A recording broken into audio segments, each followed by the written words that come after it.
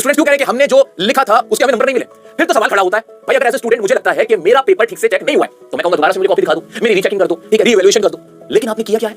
Fees इतनी ज्यादा रख दी है ना रीवैल्यूएशन की, वेरिफिकेशन की, कॉपी चेकिंग की, कि अगर मैं दोबारा से अपनी कॉपी मंगवाता हूं, रीवैल्यूएशन कराता हूं, भाई साहब 700 रुपए देने पड़ रहे हैं, तकरीबन 500 से 700 रुपए एक सब्जेक्ट के। बहुत बढ़िया। अगर मेरे को किसी पर्टिकुलर क्वेश्चन को चेक कराना है तो 100 पर क्वेश्चन रखा है और ये सारी फी नॉन रिफंडेबल है, रिफंड भी नहीं मिलेगा मेरे को। ये मान लो मेरी बात ठीक भी निकलती है तो मुझे वापस पैसे नहीं मिलते।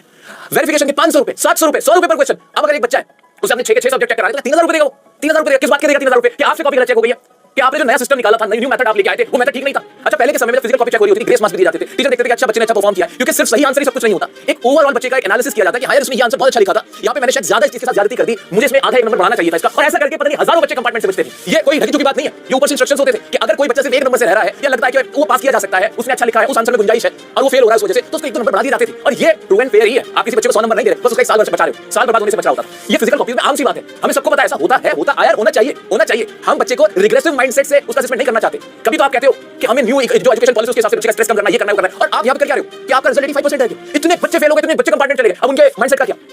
अब क्या वो स्ट्रेस में नहीं आएंगे? बिल्कुल आएंगे यार, बिल्कुल आएंगे, क्योंकि कॉपी ऐसे चेक की गई है। मान लो सीबीएसई की कॉपी ना हो, वो यूपीएससी की कॉपी हो गई, एक नंबर भी एक्स्ट्रा ना चला जाए, एक नंबर नहीं काट लेंगे, देंगे नहीं, इसी तरह का तो किया गया है। अगर ऐसा नहीं हुआ है, कॉपी फेयर चेक हुई है, तो सर हमारी आपसे रिक्वेस्ट है, सीबीएसई आपको कुछ नहीं करना, सिर्फ एक काम कीजिए, हमारी डिमांड है, ये हमारा राइट है कि आप ये जो कॉपी चेकिंग की फी आपने लगा रखी है उसे फ्री कीजिए।